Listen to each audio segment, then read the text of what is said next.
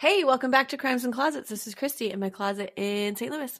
And this is Beth in my closet in North Carolina. Happy Monday. Happy Monday. Here we are back in the closet. I know. Always. Our favorite day of recording. Yeah. I love recording days. I do too. Did you get my text message yesterday? I was like, and once again, I'm excited to record. I did. I didn't get it till this morning because you didn't send it until like 11 last night. Oh yeah, I realized that you were probably sleeping. I was asleep in my bed. Mm-hmm. I was not far behind after I sent that, but nice. I was sitting there thinking, oh, I'm so looking forward to tomorrow morning. I know. We just get to catch up and see each other's face and talk murder. Mm-hmm. Murder. Before we talk about that, I just was saying to you that I want to talk about the coronation of the new king of the Commonwealth. Well, that's what I want to talk to you about. So, King Charles now, and he does not have a lot of fans over there or here in general because, he kind of did Diana dirty and he had a side piece who he married, and now side piece is the Queen, Camilla. So, I'm sorry, that came out of nowhere, that clearing. She doesn't, if he dies, she doesn't then become queen because she's not part of, the bloodline? That's right, yes. Okay. If he dies, the king will be William. Okay. And everybody really wants, I think, him to die because, so I'm not kidding. It's such a weird thing. But anyway, because everybody really likes William and Kate. Mm-hmm. And so they want her to be their queen instead of this Queen Camilla. And he said it was when he got married to her, he made a public statement that said she would never be the queen because she is not beloved at all. So she would be queen consort, which is just like the person who's married to the king, but she's not the queen of England. Well, what changed? Exactly. She is not queen consort. She is Queen Camilla. And the people of the Commonwealth are like, oh, heck no. Did they put this tape back in his face or whatever when he made this statement and be like, that's what you said? I mean, but he can do whatever he wants as the king. He's just not liked for it. Right. Yeah. People are unhappy. And I didn't watch the coronation. But I would have. But I was in Nashville. Oh. Because I was in Nashville actually seeing a queen. I went and saw Queen Taylor. But I am bummed that I didn't watch the coronation. Because there has been a lot of stuff that's come out about, they read their lips. People do this for the royals because they're not mic'd or anything. And so they're talking to each other King Charles and Queen Camilla were talking and whispering to each other. And so there's been people that have read their lips that have said what they were saying to each other. It was stupid. It was this crown's really heavy. I can't, it was really funny stuff like that or whatever. But anyway, I am bummed. Like bad lip reading from the NFL? Yeah. Except no, they think that's really what they were saying though. Oh, really? Yeah, no, they were talking to each other and somebody read, a specialist read their lips and that's what they were saying to each other, they think. He said, this crown's really heavy. And she was like, I know, but you can't move it because it'll fall off or something. I don't know. It's really dumb stuff anyway. No wonder nobody wants him to be king. Oh, he's that's what you say during he's an idiot. He is a bumbling idiot. Sorry, no offense. Don't come after me. Royals, but anyway, it's fine. Wow. So I saw Taylor. Yes. We made national news. Yes. Because the concert was delayed and from really bad rain. Really bad. It was delayed hours and hours.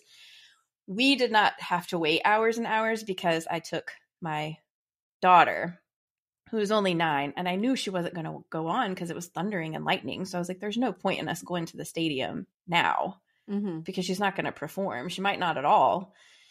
Anyway, a lot of people were upset about it and said that she should have just canceled the concert instead of making everybody wait. it out for hours and hours. She didn't go on until like 10:15.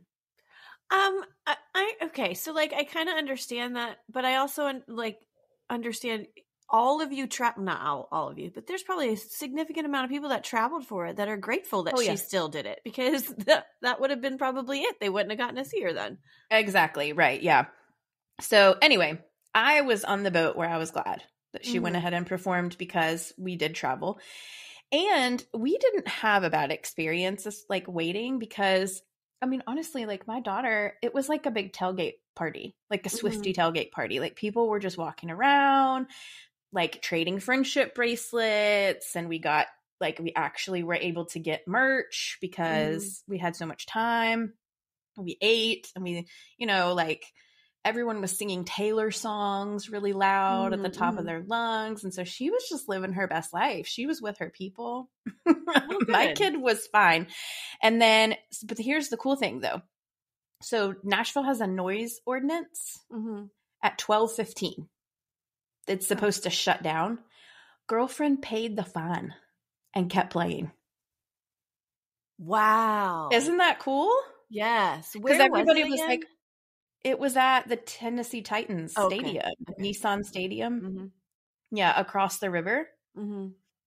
So, yeah, it was big. It was like 70,000 people. It was the biggest venue I've ever been to in my life, ever. Oh, really? I mean, it was an NFL stadium, like real big. So it was cool. It was cool. It was so neat. Oh my gosh. It was absolutely magical. Well, I'm glad that you guys had a lot of fun, and we did still happened. How much is that fine? Do you know? No, I don't. I feel like I should know, because I did read that, because everyone was like, why is she still playing? She's still playing. Because we all thought she's going to be done. She's going to play for 2 hours. Right. And she's going to be done.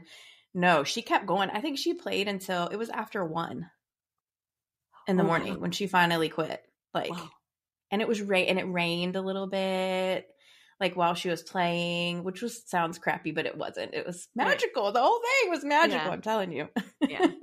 That's awesome. Well, good. I'm glad. That I know. And my daughter has worn her friendship bracelets every day since to school. Oh, that's all of them, all like 15 of them that she has. She is like still in a like haze about it. Well, good. I'm glad. That's fun. It was so fun. Anyway, what's new with you? Well, nothing much, except I do have an awful crime to go along with this wonderful Taylor Swift story that you just told. It's not as magical, although it will start out a little magical. Okay. But anyway, are you ready for it? Are you ready for it? Yes. Okay.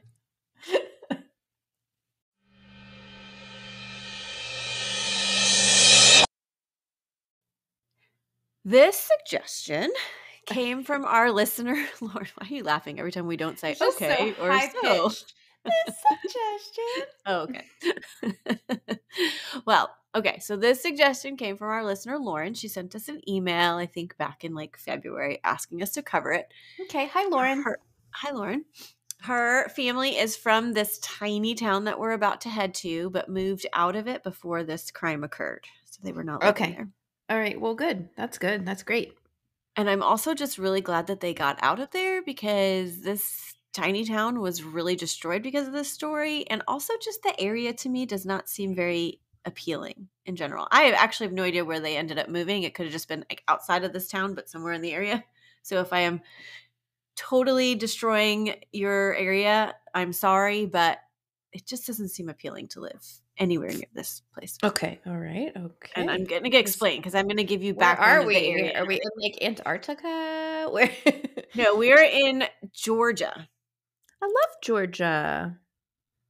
Well, I mean, there's certain parts of Georgia that it needs some help. Okay. Anyway. Okay. So it's also, to me, the biggest doozy that I have ever covered. It has so many twists and turns. So hold on to your pants. I'm using all of our terms right now. Okay. I did read a book about this case, and it's called Fear Came to Town by Doug Crandall. That I will give away because I no longer need it in my presence. Oh, I, f- no. I did feel the book was well written and provided a lot of details that were not in. I actually hardly read any news articles because I didn't need to based on what was in this book. I'm basically giving you a synopsis of this book, but Okay. there will be more in there. So anyway, Okay. we're going to a small town called Santa Claus, Georgia. No way. Yes way. Santa Claus, as of the 2010 census, has a population. I know it's going to be hard to hear that. Santa Claus, Santa Claus, Santa Claus. Yeah. Population of 167 people. Oh, that's not a town. Oh, but it is. But It that's is an like actual town. that's like Okay. 3 classes. I understand. It's this. I think the smallest town that we've ever been to. It has a total of 115 acres. Is that's the size? Like whatever. Wow. Which is I had to look this up. Like 0.18 square miles. So it's like literally this teeny tiny town. Oh my gosh. You can How miss cute. It is very cute. You can miss the town totally unless you know it's there. Okay. Even the author of this book, the whole like very first chapter of it, Even the book is tiny. it Look is. how It's a little tiny and book. Teeny, yeah. tiny book. He kept saying how he like drove past the same road and could not find it so many times. So anyway, Oh my gosh. Yes, definitely the smallest town I think we will ever go to. probably. Okay. Tell me So- about Santa Claus. I'm going to tell you, I'm going to give you a little history of Santa Claus. So back in the day, it had a population of 267. So we've gone down some.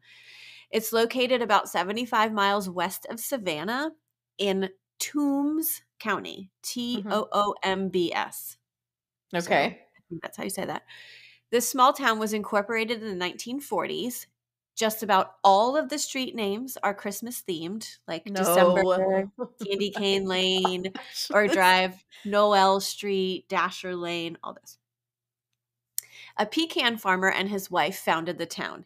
He was tired of watching tourists supporting all of the neighboring pecan farms, and so he had this idea to make the town a small town called Santa Claus because Christmas time made everyone happy, and he thought it would draw people towards them. So I don't know this for sure, but in my head, I'm thinking he owns all 115 acres of this, and he's just like, I'm going to make this a town now. Yeah, I don't really know how you make a town, but yeah, I don't know how would be the case. But anyway, so other people began moving in and wanted to name the streets Christmas-themed names. So then that's how this little town essentially became. That is something. Isn't it? It is. It's really cool. They began keeping Christmas decor up year-round, and it became somewhat of a tourist stop because people who knew that it existed, because I definitely had no idea that this existed, would come and like check out the town and then also want to get their mail postmarked from. Yes, Santa I was Claus. just thinking that. Doesn't that sound like something your mother would do? Yes, 100%. It sounds like, just Mom, like go to Santa Claus. Yes, like Dasher Lane, Santa Claus, Georgia.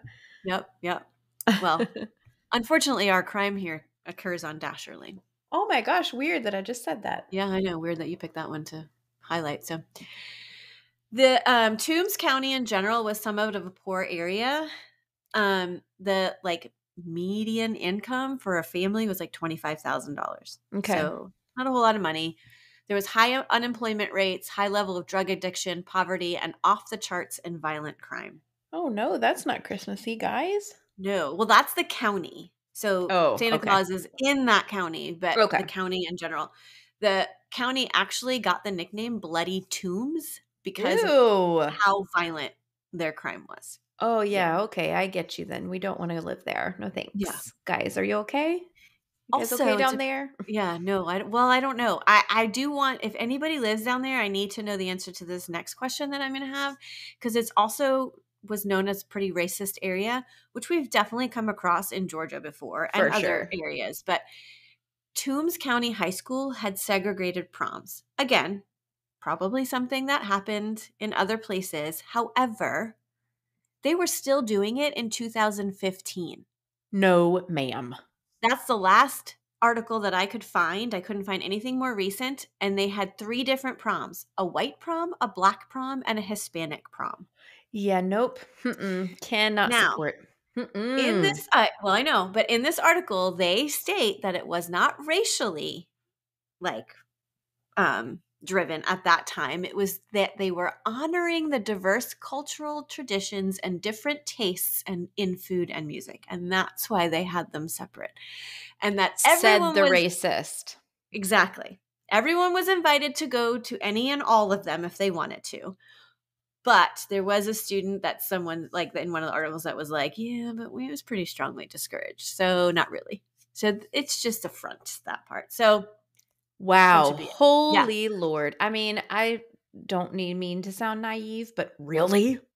In 2015, that's yeah, 100%. So I'd like to know an answer as to when that actually officially stopped and whatever, because I couldn't find anything past that 2015 article stating that they were still doing it. So anyway, so moving on.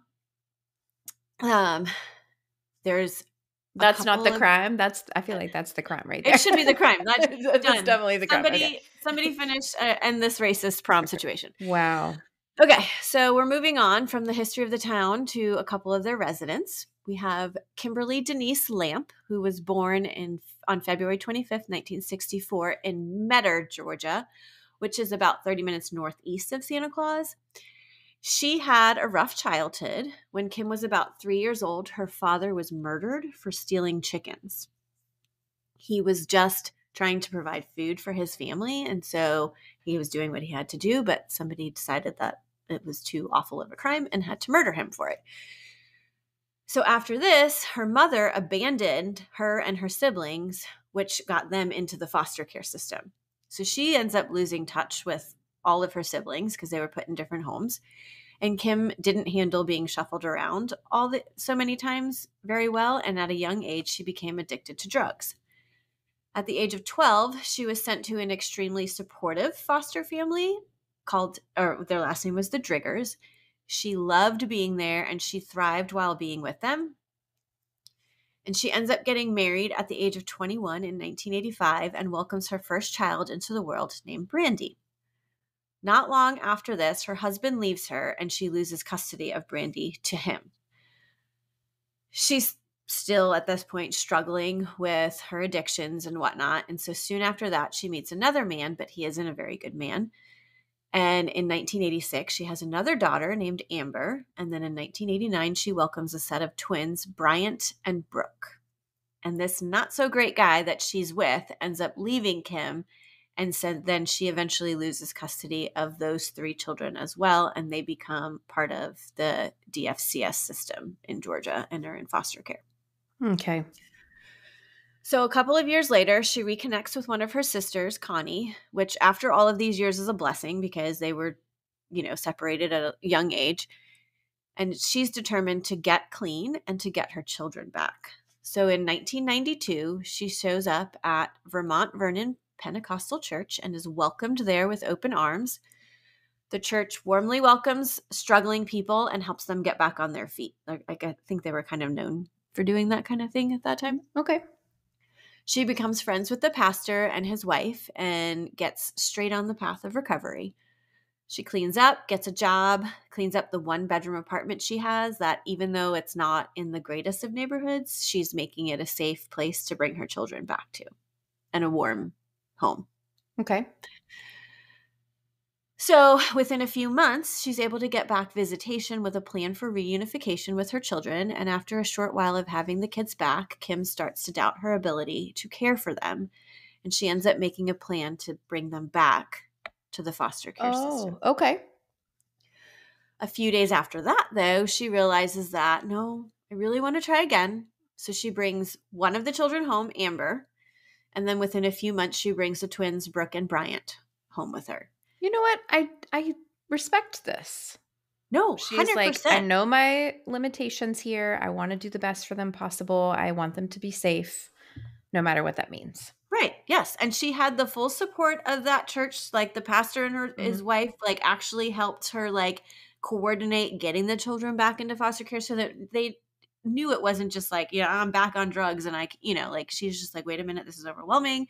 I need to get like my stuff back together a little bit quickly or more. And so anyway, but it's a wonderful story woman who grows up in the system herself, who Mhm. doesn't come out on the other side in very good shape, and then her own Mhm. kids end up at the system, but then she cleans up and gets them back. So I know, Mhm. it's a pretty cool story to me.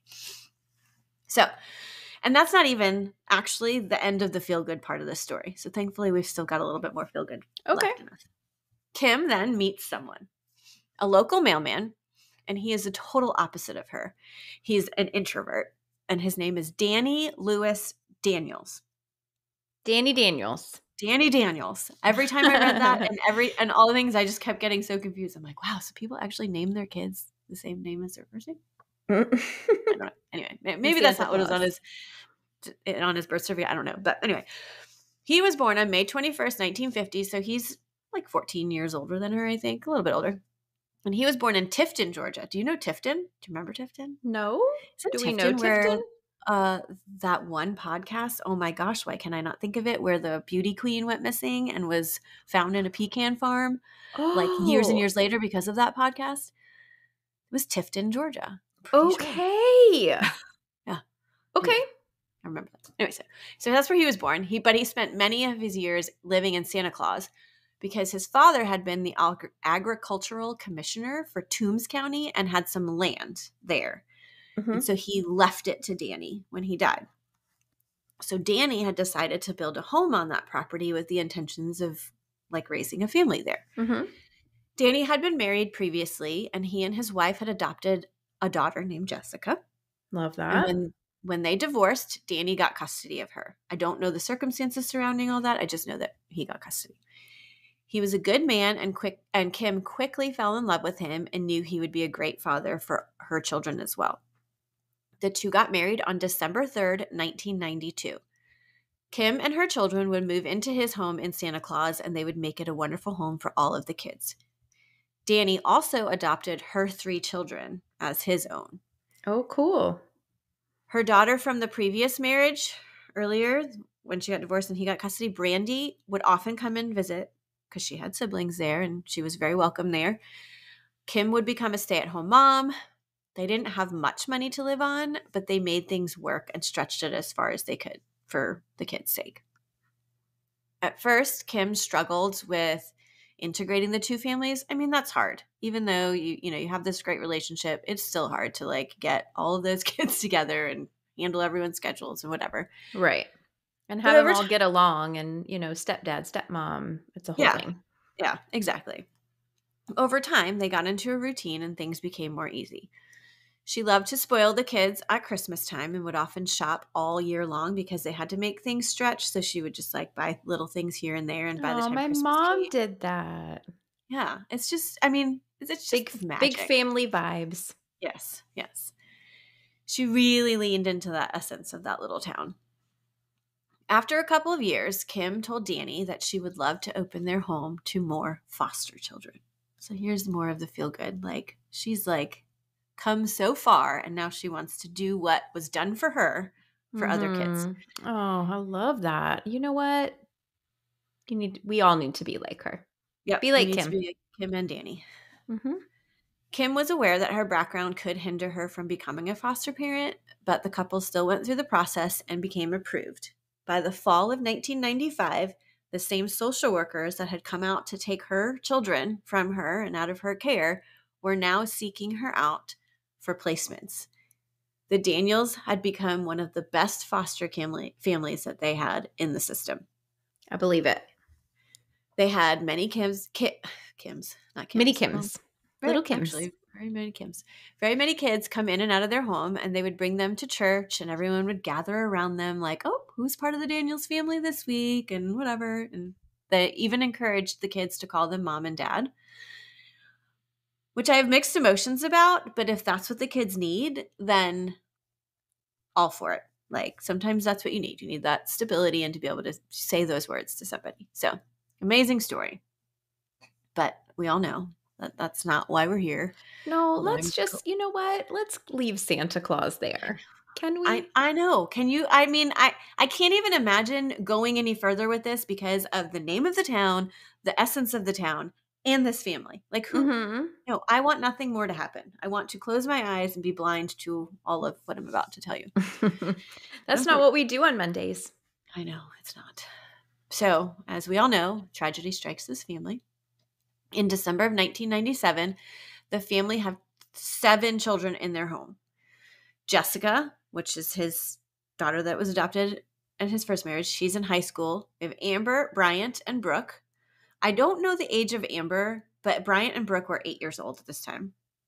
And they have 3 foster children. Corey, who's 4 years old, Amanda, not sure of her age either, and Gabriel, who's 10 months old. So they've got quite the house full. High school to 10 months, right? Yep. Mm-hmm. Parts of this story are going to be very hard to hear. So just here's your trigger warning from now on, pretty much for almost the rest of the time. So I'm sorry. Great. In the early morning hours of December 4th, 1997, just after the couple had celebrated their 5-year wedding anniversary, Amber, Brooke, and Amanda showed up at the home of Henry and Crystal Taylor in Alma, Georgia, which is about 50 miles south of their home. All right. The couple brought the children in, and they were barefoot in their nightgowns and freezing. Did they know these people? No. Okay. The girls told them that Scott Taylor had taken them from their home and left them on the side of the road. They said something bad had happened in their home, and so the couple called the police immediately, and an officer was sent over to the Daniels home in Santa Claus. This police officer that showed up was not ready for what he was about to see. He walked into the house and started checking things out. He could hear some noises, kind of like cries, and he would walk into one of the rooms of the children where he finds 4-year-old Corey hiding in a closet. He looks over at the set of bunk beds in the bedroom and sees what appears to be another child on the top bunk. He can see like the arms underneath the pillow and whatnot. Mm-hmm. Mm-hmm. And then all he can see is brain matter and blood splattered all over, and what is left of a head of this child. No. And this would later be determined to be 8-year-old Bryant, Brooke's twin. Oh my goodness. He had been shot with a high-powered weapon at such close range that it nearly left him decapitated, they said. Walking further in the house, he comes across the main bedroom, and just outside the doorway is the body of Jessica, Danny's daughter from the previous marriage, on the floor with a gunshot wound to the back of her head. Inside the bedroom were Kim and Danny, also shot to death. Kim was shot in the head and Danny in the chest a couple of times. It would also be determined later that when Danny was left there, he was still alive. Oh my gosh. Next to the bed was 10-month-old Gabriel standing, grabbing at the sheets, saying, "Mama, Mama, Mama," over and over again. Buddy. Yeah, awful. So 4-year-old and 10-year-old. Thank God he was alive, though. I know. As they investigated and looked through the home, there were several cigarette butts around the house, inside of the home, and on the outside. There was a beer can outside the home, so they're collecting all of this for clearly DNA evidence, and fresh tire tracks. There was also a ladder outside of the bathroom window and shell casings all around the house from an 1100 Remington shotgun. I don't even know if that's how you would say that. But anyway, basically a hunting gun, because Danny was a hunter. So it was his own gun. Yeah, shotgun. My gosh, that's weird. Okay. It was a gun taken from a cabinet outside of their bedroom. That was not locked. But I guess this is a massacre. Yeah. Yes. Mm-hmm. Police spoke to the girls, and they kept telling them that Scott Taylor had taken them out of the home, telling them, "Someone's in the house and I'm saving you." He put them in a van and drove them around for a while, and then stopped and molested 2 of the girls. Oh my gosh. And then drove some more.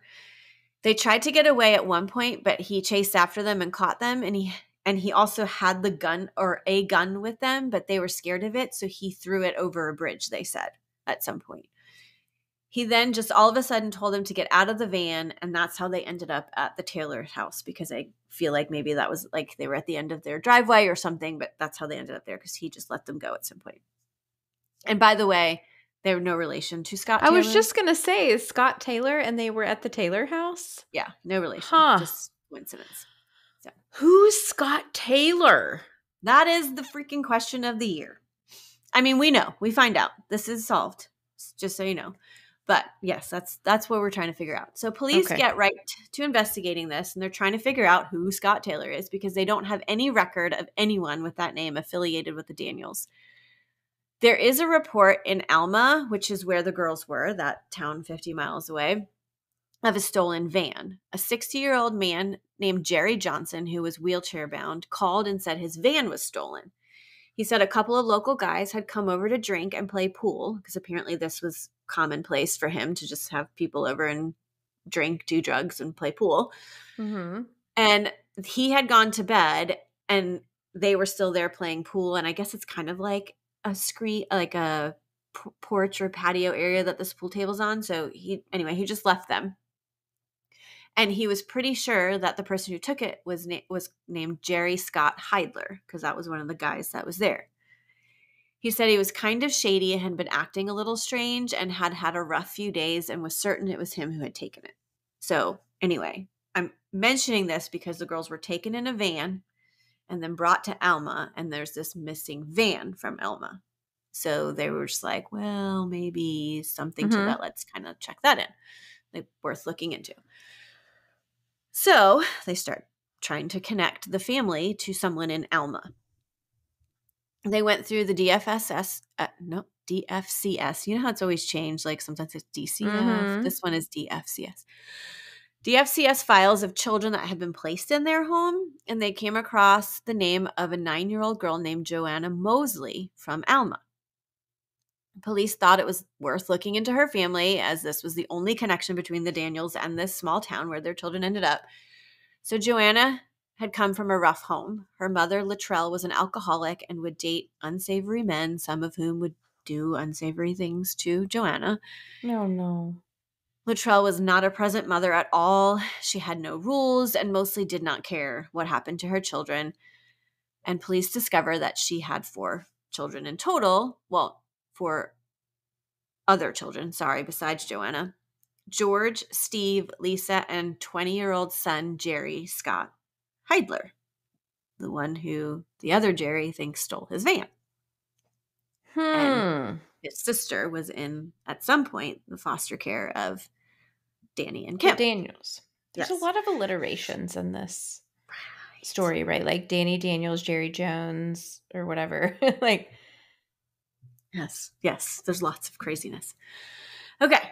So, Jerry Scott Heidler was her 20-year-old son. Everyone else was like older siblings to this guy.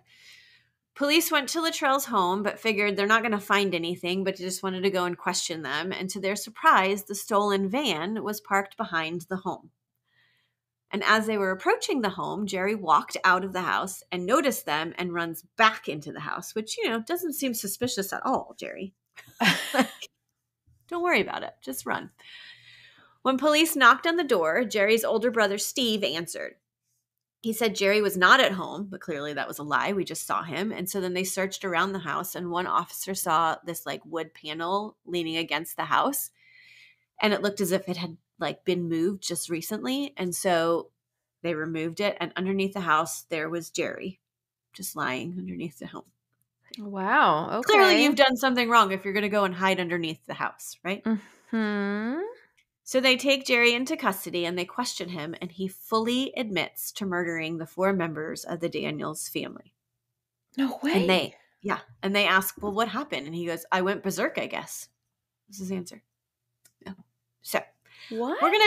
We're now going to dive into, there's a lot more to this story, but we're going to dive into who Jerry is now. I know we don't typically talk a lot about the murderers, but this background needs to be said. Okay. Jerry also had a really rough upbringing. Clearly, he had a mom who didn't care what any of her kids did. Okay. He had a heart defect at the age of 4 and had open heart surgery, and this now would then become his excuse for just about everything in his life. Oh, I had a heart defect. Oh, I have a heart issue. Like everything he would ever say, give an excuse, it would be his heart. Didn't make any sense, but whatever. He didn't try to use that as to why he murdered people, did he? No, he didn't say it for this. Okay. All right. But it would be like, I can't do my homework. I have heart surgery. But, I mean, I don't know if it was that extreme, but literally everything. He'd be like, oh, I did that. Oh, I have a bad heart. Okay. Jerry was held back in kindergarten and first grade, which is pretty significant, I'd say, because typically they try not to even hold you back that early because they want to wait for like the later years. So must have been kind of rough. He became an alcoholic by 11 years of age. Oh my goodness. His mom, Latrell, was married at 15 and had her first kid soon after that. And at 18, she married a second time to another man and had 3 more kids. So that was the Steve, George, Lisa, and Jerry were between those 2 men. The second husband ends up moving to Florida and just up and leaving them. And at age 16, George was sent to rehab for alcoholism. So no one in this family is doing well. Steve had been locked up in the juvenile detention for threatening to beat up Latrell's current husband, who was Lawton Mosley, Joanna's dad. Are you following all of this? I mean, I think so. Lots of different people. So she had been married 2 times, had all of those older kids, now married to Lawton Mosley, had Joanna. And they're all doing terribly. Except Lisa, I think Lisa ends up getting married and moving out and she's okay, but I don't know that, I guess, for sure. But no one's doing well. Okay. So at 11, Jerry also committed his first criminal offense when he broke into a neighbor's trailer to steal coins. He was ordered to get by the booze, probably. Right? Because I was wondering, where is he getting this alcohol from at 11 years old? Well, and also whatever they have in the house, since her mom and her husbands were all alcoholics and drug addicts. I'm sure he's just getting, and they don't care. So they probably don't even notice when things are missing. But he was ordered by the court to go live with relatives because there was non-existent parental efforts to get him under control. That was what the judge said. Okay. So he lived with an aunt and uncle for about a year, and he seemed to be doing better. But then Latrell started coming around and berating the aunt and uncle, and eventually they just couldn't take her nonsense anymore. So they're like, sorry, we can't keep Jerry. We need to bring him back. So they bring him back. But there were no other foster homes for him. So then he had to go back and live with Latrell. And can that happen? Where they say there's no other foster home, so we're just going to send you back to the most unsafe situation ever? I would say at this point, no. But at that point, yes. Okay. And apparently this is during a time where Georgia's foster care system was in really bad shape. Okay. So, which is probably why they loved having Danny and Kim for kids and was because they were actually good. Yeah. Okay. Yeah. So he ends up going back to Latrell, but then he goes back and forth to a few different foster families and mom for a while at this point. So when they find someone, they're like, okay, now we'll take him because he's technically supposed to be in foster care. But we don't have anybody, so let's just give him back to mom. It's like, doesn't make any sense. In August of 1988, a neighbor had called police because Jerry was in the yard at 10 p.m. yelling he was going to kill himself or these mother effing devil worshippers, was what he was yelling. All apparently, right. Latrell was into voodoo and was always threatening to do things to people. She would be like, I can make things happen to you and your family, is what she would kind of say. And she got her kids involved at this at times. So I guess Jerry was sick of it at this time. So again, he's taken away, but in March of 1989, he goes back home. He started torturing cats by shooting them with BB guns. Oh my goodness gracious. No. There's literally nothing good that happens in this guy's life. Several times he would stand in the middle of the highway in front of trucks trying to kill himself, and they would have to slam on their brakes not to hit them. And this one time, one of them swerved and all the logs that they were hauling just fell off of the truck because he's just standing in the middle of the road like, okay, here I am. Oh my God, but bless his heart. He is screaming for help. Oh yeah, 100%. And no one is really, they weren't even, DFCS wasn't even really helping him at all. So, I don't have a problem saying that at this point. At 12, he tried to take his life by hanging himself, but Latrell found him and cut him down. And a few days after that, he tried to smother Joanna with a pillow. So, yeah, I think he's literally, like you said, screaming for help. After this, he spent 2 months in a mental hospital. He went on antidepressants and then went home. 3 months later, because once he got home, he wasn't being supervised and taking his medications or attending therapy, he started saying some of the same things and doing the same things that he was doing before. At 13, he started stealing alcohol and staying out of school for days. DFCS was involved again, and they took it to court to get him removed, but the judge ordered him to go back home, go to school, and attend a mental health program and go for psych testing. So that was their way of fixing this after all of it. At 14 years, he was declared a danger to himself and others and ordered to go to the mental hospital again, where he spent 11 days. But then again came home and got no further treatment because Latrell wouldn't take him. She could find a way to go get money and get her car to work to go get her alcohol, but she would say her car didn't work, so she couldn't get him to therapy all the time. In 10th grade, at the age of 16, he drops out of school. So he started hanging around with his brothers and their friends, and he was doing meth, weed, speed, mushrooms, whatever you can get his hands on.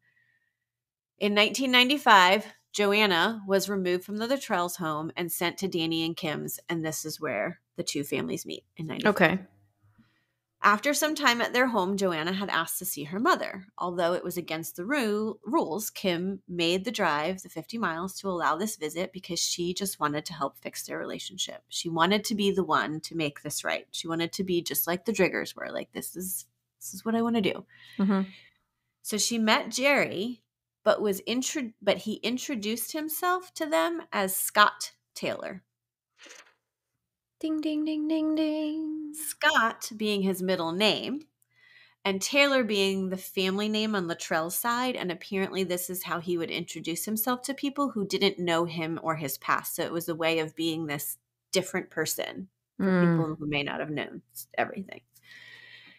So Kim and Danny did get to know him and offered to help him too. They offered him a place to stay, to get clean. And so he did. He went and stayed with them. And I think Joanna spent like a total of like 10 or 12 weeks with the Daniels during that year. And he would just come on and off, or he would come for long visits. Latrell started coming around, and they would go to church, and she started asking for money from the church. And so then they started to avoid her. And so she isn't happy with them and is threatening her voodoo on them. Okay.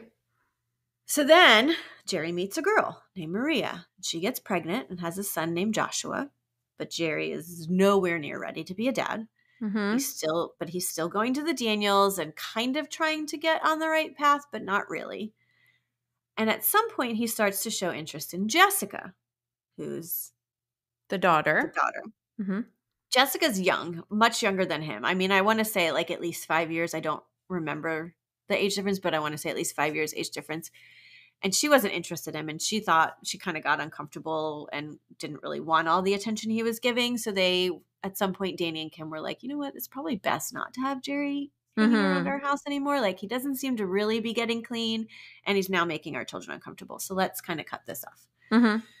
So Jerry mainly stays at Maria's house Maria's mom's house at this time.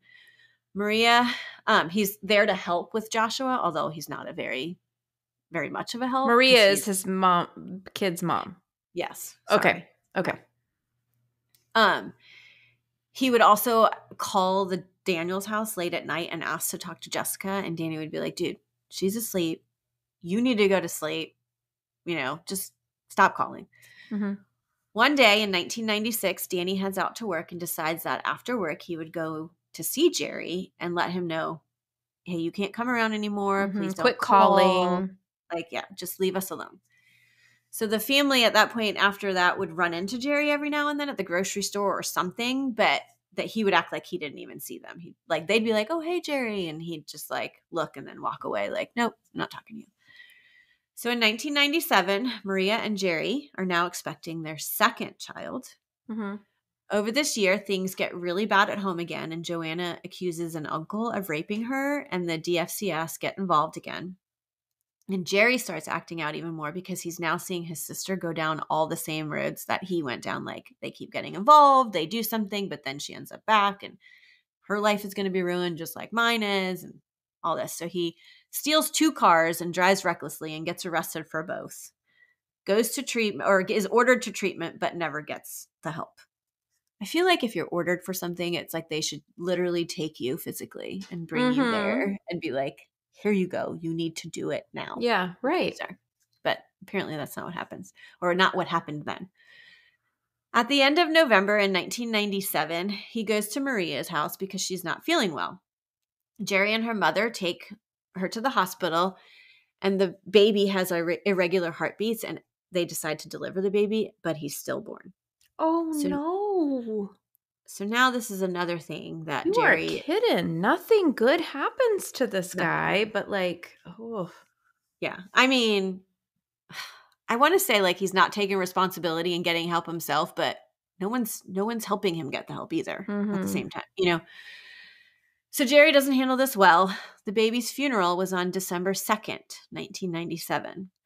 The next day, he goes home to his mom's house, and his brothers are there, and the family keep asking him all these questions about the baby and what happened, and he couldn't handle it. So then he decides to go to his friend Jerry Johnson's house to play pool to get away. He proceeds to drink and play pool and keep talking about the baby with them. And he just seemed really out of it to them and wouldn't stop talking about it. So that's when Jerry Johnson goes to bed, and is when Jerry Scott Heidler steals the van. All these people. Okay, so now here's the account of what happened that night, according to Jerry.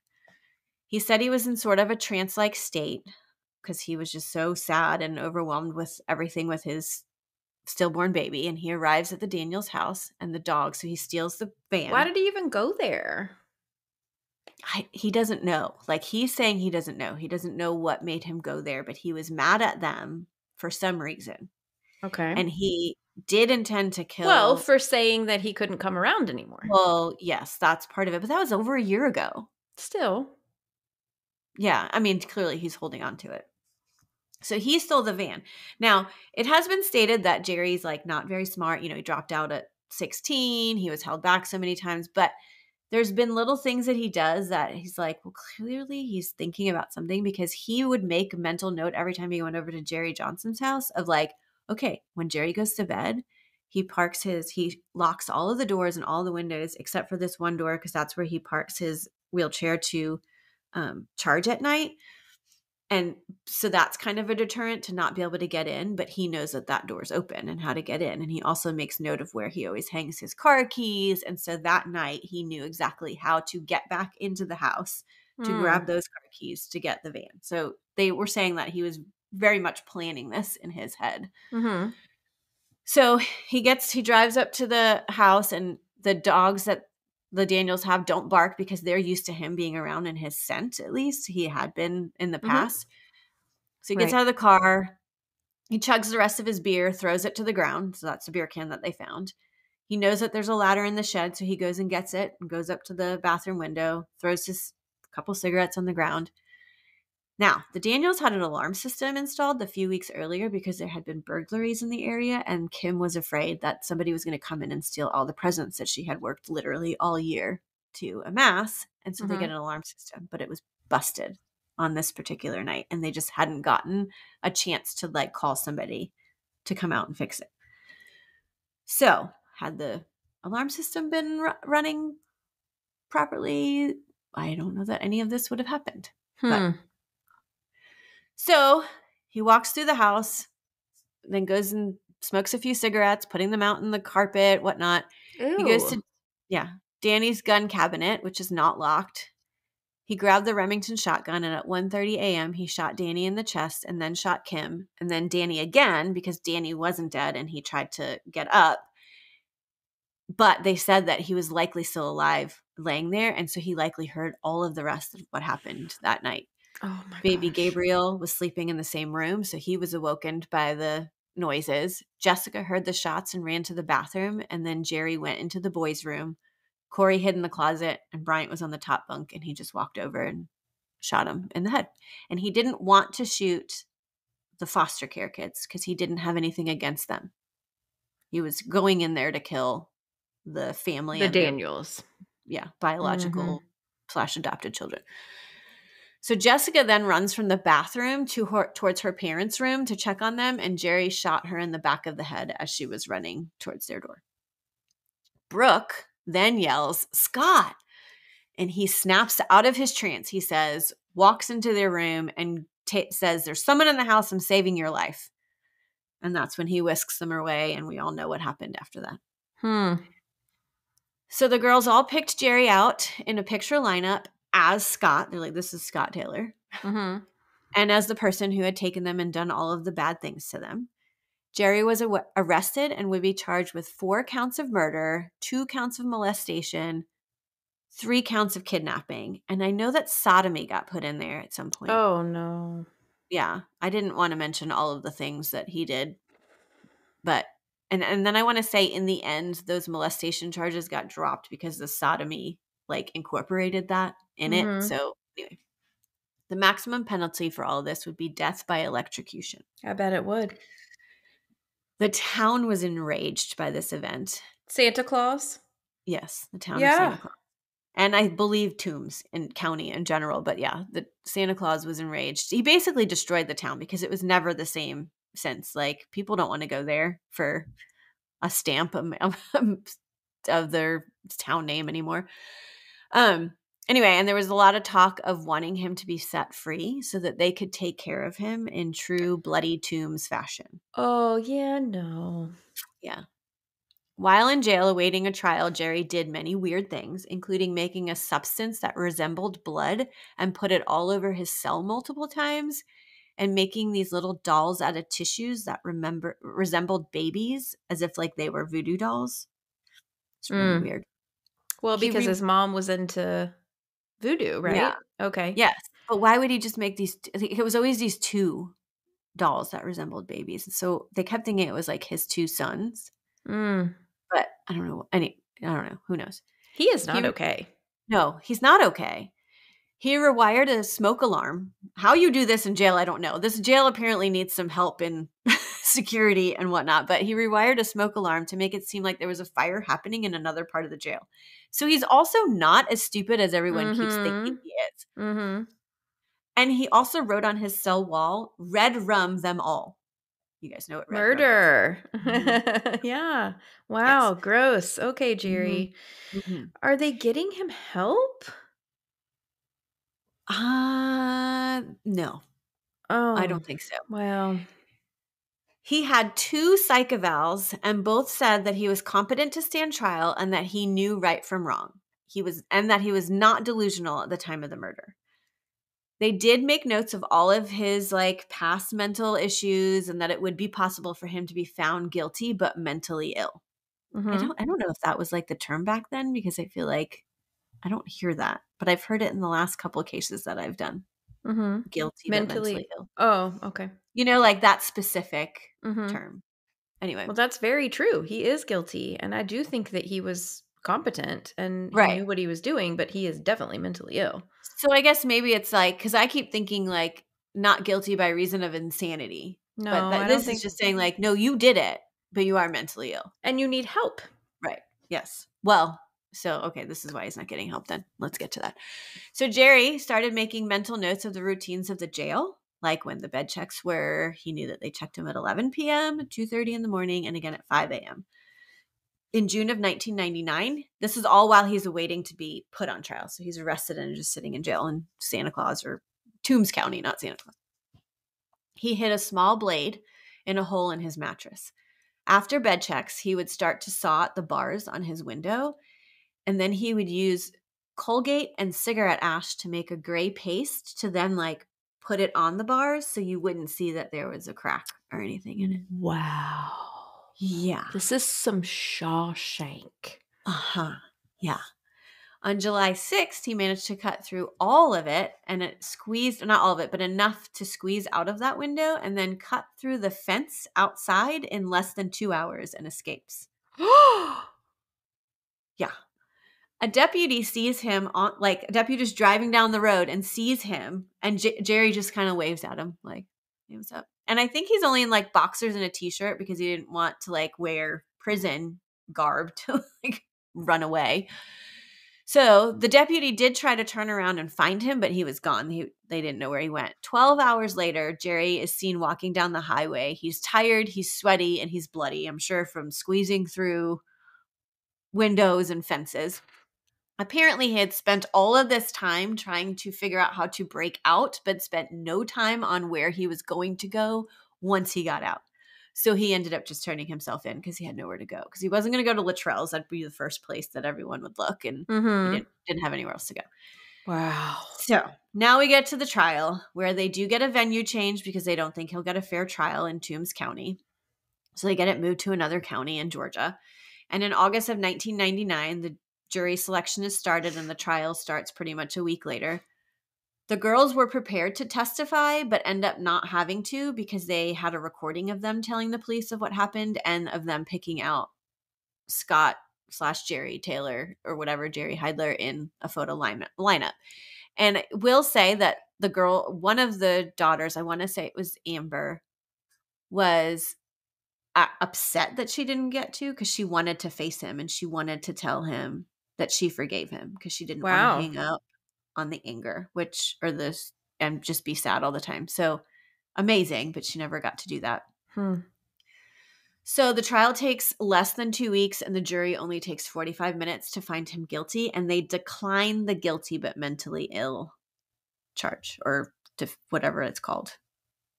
It's not a plea. I don't know what that's called. But anyway, they decline that. So clearly he's not going to get help because they're not saying he's mentally ill. How could they say that? I have no idea. There's not a whole lot in this book about like specifics on how they reached that, but that's what they came to. The penalty phase of this started immediately, I think like the same day, and the defense called an old teacher of his from like 6th grade to talk about what he was like as a kid, and I guess kind of give him the layout of like, listen, he had a rough childhood, he was good, like underneath I could see the good, but this is what happened.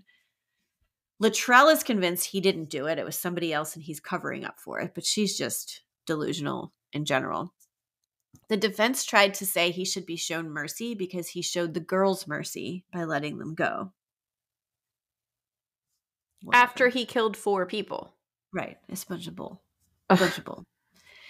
He was sentenced to death by electrocution and sits on death row today. He spends 23 hours a day in his cell and is allowed 1 hour a day in a small rectangular run outside of it. And that's it. Amber now lives in the house that they were murdered in and is going to get married in the same church as the funerals were held in. Amber said she can feel her mama's love in that house and everyone else's love.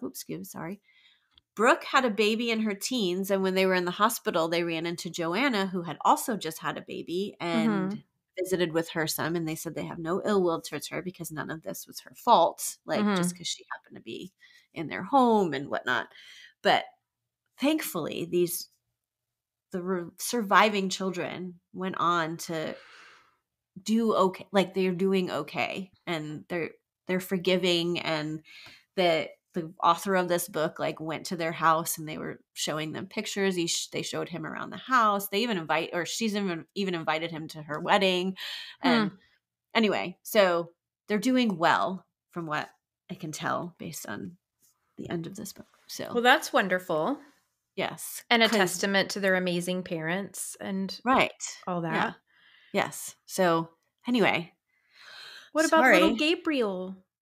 Well, so Gabriel went on to be adopted in another state. Okay. And Corey went, oh my gosh, I know this.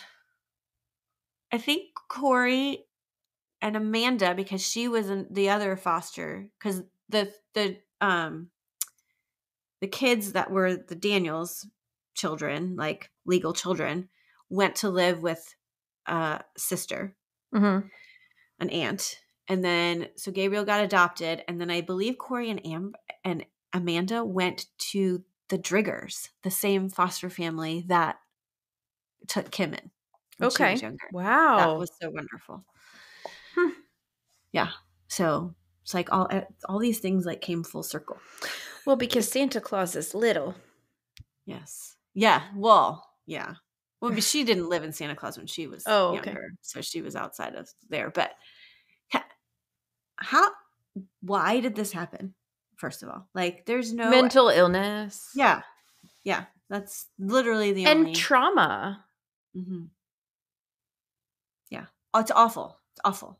This family. I mean, I'm certainly not excusing what he did because there clearly was a darkness that, mentally ill people don't all have. Like, there's a Yes. lot of mentally ill people that just don't go murder about it. Right. But he But didn't have a chance. no, that's the thing is like those mentally ill people that we're talking about probably have help or at least a support system. Right. Well, even the people that were trying to help Jerry, like his mother Latrell would ruin it for him. She would come around. There was another foster family that he went to that she like 100% like berated again too, and they had to say no, we can't do this anymore. So it's like his own mother wouldn't even let him get the help he needed. She was like against it. It's awful. She It's was terrible. clearly mentally ill as well, I would say, with the whole, I mean, voodoo thing. And I'm not nothing against that, but I'm just saying, like, I'm sure it wasn't actual practicing voodoo like we know it to be. It was just some. Well, did you know that the National Association for Black Magic is in Georgia? I did know that. Oh, okay. You know, I did a whole thing on voodoo. I know, but I didn't realize it was in Georgia because here I am thinking the whole thing's in Louisiana. Yeah, like New Orleans. Yeah. So, anyway. That's terrible. That is, you know what? It takes a really special kind of tragedy and horrificness to ruin a town called Santa Claus. I know. Ugh. It's gross. The whole thing was gross. That's sad. So if anybody wants to read this actual book, which is called Fear what is it called? Came to Town. Okay. The Instead Santa Claus of Santa Georgia Claus murder. is coming to town. Oh my gosh. Yes. Yep. And there's even a little sign. I don't know if you can see it, like Santa Claus City Limits. City Limits. Yeah. Wow. The city that loves children. Wow. I don't see that. Well, I think they do. It's just, it's not their fault. Yeah. Well, yeah, it's not the city or whatever little town's fault, but it definitely, the foster care system was broken at that time too. For sure. So. In the county. Yeah. In Toombs, Bloody Toombs County. Oof. Yeah. No thanks. Nope. Done. Well, thanks for covering that. I know for a fact that took some wind out of you this reading week. This? Oh my gosh. I'm reading it while I was babysitting all week a 4-month-old baby, and this is what I'm doing while I'm holding him. Yes. Like, what am I doing with my life? We're here for you guys. That's what we're doing. So thank you for covering that and for putting the work in, and stay tuned for the book giveaway. We've had a couple of those lately and they're super fun. We really like your guys' interaction on that. We posted on Instagram and Facebook in case you're wondering how you can enter to be on the book. So come and do that this week and follow us, and we'll mail it to you from our hearts to yours, not from Santa Claus. No. Nope. I'm not going there to get the postmark, people. Sorry. Yes. Well, gosh, rest in peace. This family is such a massacre. It's very sad. I feel like when it's 100, not that any of our victims are not innocent, but like these were good people doing great things, and it's a small town of not greatness, and they were really robbed. And could have been prevented, in my opinion. Right. Yes. Right. And it is sad to me that he's not getting help now. I know. You know, I mean, yeah. But I like that right. Awful. I like that the family is doing well. That's great. And they're in Santa Claus, and they're making it a better place. I 100% know that. I feel it. So. I feel it in my bones because they're Daniels. Yeah, so that's awesome. All right. Thank you guys for joining us. We'll be back next week with another case for you. So join us then. We love spending our Mondays with you. We do have a Patreon. So if you like what you hear, we do some fun things over there. We are going to give you an extra crime per month, and then we're going to give you a fun episode where we hang out with you on a Friday and talk about, I don't know, Christy and I catch up. We just, what are we reading? What are we watching? What are we doing? So it's our time to like kind of catch up with you guys too. So if you are interested in that, we have a link in our bio that you can come and join us, or you can send us a message and I'll send that to you. And we love you. Always remember, the world is scary. People suck. Hide in your closet.